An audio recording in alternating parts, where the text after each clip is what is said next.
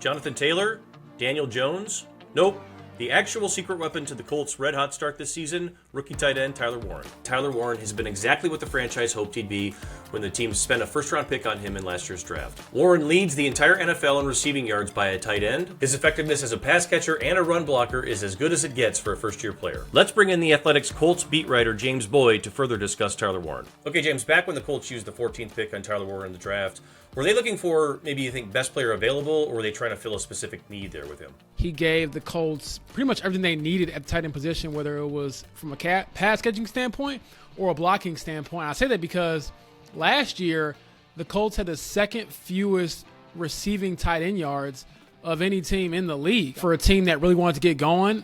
So had some questions at quarterback at that time. You wanted to fill a big hole in your offense by adding Tyler Warren, and he has been a revelation for this group. I think he's been even better than I thought he could be, and it says a lot because I had expectations for him. At 6'5", 256 pounds, Tyler Warren is basically out of central casting as an ideal tight end prospect for the modern game. The coolest part about Tyler Warren is that he can do everything that you do offensively. You never have to tip your hand when he's on the field. You can play him in any situation. He can be on the line, he can be split out wide, he can be in the slot, he can be back here in the backfield as a fullback. He even lined up in this game as a quarterback. Did some of that at Penn State, was pretty cool with it. The first play we're going to look at here from Warren is a little screen leak dump-off pass. They do a lot of underneath stuff with him in this offense in terms of he will be part of the run game and everything at the line of scrimmage. You can see how he latches on right there, shakes off and leaks, and then you get a lot of yak with him, a lot of stuff underneath where he catches the ball, gets into space. He's very explosive, can get upfield very quickly, and then the big highlight here that I wanted to put in at the end of this,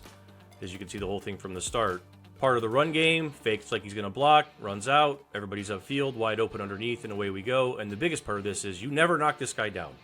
He is just a total wall. Every time he gets hit, and he never gets knocked down. There's like 4 guys hitting him, and he just pinballs off all of them. He's 6'5", 265 pounds. This guy used to be a quarterback, used to be an all-conference, all-state basketball player, all-state punter, was a pitcher at one point in baseball, just an elite athlete who can do pretty much everything. The knock on the Colts last year is that you knew when they were going to run and when they were going to pass based off their tight end sets. You know, they had Kylan Granton last year. He was kind of like their, more receiver tight end. Mo Cox has been here for a long time. You put him in. Obviously, you're going to be running the ball. With Tyler, it's just harder to scheme against it. And I talked to Shane Steichen about this and how much more difficult it is to scheme up coverages for a tight end who's in line and can either block or break loose for a reception versus even a receiver. It's just harder to guard, and I think Tyler gives them a certain level of versatility and kind of masks what they want to do to a degree on offense, because you can't just look at the personnel and say this is what they're going to do exactly. Before we get more into the playmaking ability and everything that he can do in the air, what have you noticed and what have the coaches talked about, with regard to his blocking, his run blocking ability specifically? I think one of the better compliments you can get is from Mo Cox. He's been here for a long time, and he said the guy just finds a way to put his body in somebody else's. And what's been most impressive to me is the variety of ways in which they've kind of used him as a blocker.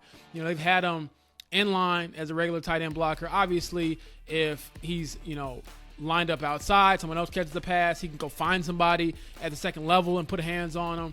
They line him up at fullback where he's kind of leading the way for Jonathan Taylor, who's the league's leading rusher, MVP candidate. So to me, I think his mind is what I kind of underestimated, because I think it gets overlooked for tight ends how hard it is to transition, because you're learning 2 things. Not only how to receive in the NFL, you're trying to learn how to block as well.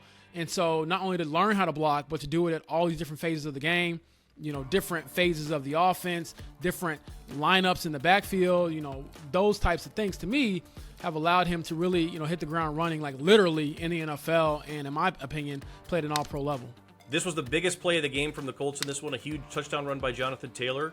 And you can see the effort here by Warren as he peels off, gets one clip inside, and then away we go. He's going to escort him all the way downfield, and he runs almost with Alec Pierce down here. You see the backup. Gets all the way in. Let's go back to the start of this play and see the impact and how athletic he is and able to adjust and get off and get upfield. So here he is right here. Huge player with great power in the upper body, great hand strength. We can see knee bend and everything else in him. He blocks like an offensive tackle. In some ways, he really does. He can set, fire his hands out. Hands are a little bit wide right here, but this is good enough. And he's going to get a bit of a push there, pushes him inside, stays with it, climbs up, and then it's all effort from there, which is just exactly what you want to see from your tight end. Again, never have to take him off the field. He's impactful in the pass game, downfield, the underneath stuff, and he's a big-time blocker who's only going to get better. He just doesn't make mistakes, and that's the other thing about him. You wait for, like, the rookie to run the wrong route or to make the wrong read. I'm sure there's been a little bit of that in there, but it's been very few and far between, and the biggest compliment you can get, I think, in this league, which is kind of a cliche to a degree, but it fits with Tyler that he does act like a veteran. His ability to have strong hands, to break tackles, keep the chains moving is remarkable, and I think you saw it the most in the Berlin game, and that is the game that everyone will remember as a JT game, 244 yards on the ground, 3 touchdowns, MVP candidate, makes his stamp overseas. I get all those things. That is very important. But game on the line, in the fourth quarter, they're driving to try to get the game-tying field goal, 4th and 2. Who does Daniel Jones trust with the ball? It's Tyler Warren. All right, this was a big-time route for Warren in college at Penn State. This big corner route right here where he's going to run into a really tight window and have to make a really good catch in terms of ball tracking, hands, and then just balance and able to take a hit. One thing he was great at Penn State, running into really tight windows, adjusting to poor throws, and then hanging onto the ball no matter what happens. You can see right here the acceleration, gets upfield, bends out, go full extension right here. And a lot of guys are going to be afraid right now, right? Because he's in the air and you've got a guy coming right here, full tilt at him, and he's wide open, about to get just completely leveled. But as we see, this guy is made of just steel. You never knock him down. Still not knocked down on any of these plays. Back from the start here, the acceleration right out of the chute. He's able to get that linebacker stacked, get to the corner. Good ball skills, great hands, and then terrific finish. In terms of the pass game, Tyler Warren can pretty much do everything. Underneath stuff, screen stuff. He can go vertical. Really good on corner routes, and pretty much anything that's contested, he's going to come down with. He's got elite hand strength, really good ball skills, great athletic balance, and he's really, really, really hard to knock over. He's among the league leaders in snaps. Like he never leaves the field. How excited are the Colts for him long term as his, what his ceiling could be as a player? They feel like they have their tight end of the future, and they just haven't had that answer at that position really since Jack Doyle a few years ago. And no disrespect to Jack Doyle, but Tyler's better than him. And you think of their last first-round pick at tight end, it was Dallas Clark, who's very high on Tyler Warren. And even then, they're using Tyler in ways that they just didn't do it with Dallas. And so I think that they believe he can be a part of their offense for years to come, a focal point, and again, someone that just gives them a perpetual mismatch nightmare. And in my mind, I look at it like this, Nick, where if this is the worst Tyler's ever going to be, yeah, right. Good luck trying to, defend that in the future, because he's still learning the game. He doesn't know everything. He hasn't seen everything yet. So in 5 years from now, what does that look like? But I do think they think he can help elevate the rest of their group because of his versatility. And like I said, Michael Pittman Jr. is having a career year. Alec Pierce is having a career year. And those guys are, again, having great individual performances. Take nothing away from those guys. But it just wouldn't look the same or feel the same, in my opinion, if you didn't have to account for number 84, who makes big plays. Because as soon as you think, oh, man, where's Tyler Warren? Then there he is.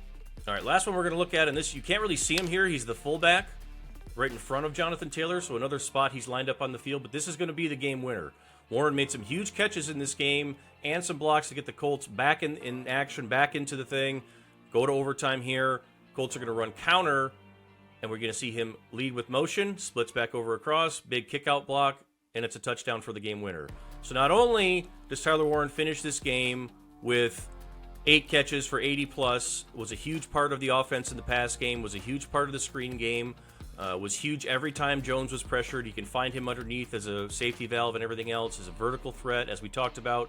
He is an elite run blocker. This was the best run blocking tight end that we've seen come out in some time, and I think that he's only going to get better as he gets older, as his body continues to get, believe it or not, stronger and everything else. I think he's going to be a completely dominant tight end at times in the two-way game, and he is just a perfect fit for everything Indianapolis does, and he really was a missing piece for this offense. The Colts spending a first-rounder on Tyler Warren last spring was easily one of my favorite picks of the entire 2025 NFL Draft. The fit here is outstanding, as Shane Steichen's offense operates with great run-pass balance. Warren is a player who can have an impact on everything the Colts do, no matter the situation. Daniel Jones has been great, Jonathan Taylor is amazing, but it's been Tyler Warren as the true missing piece to this Colts offense.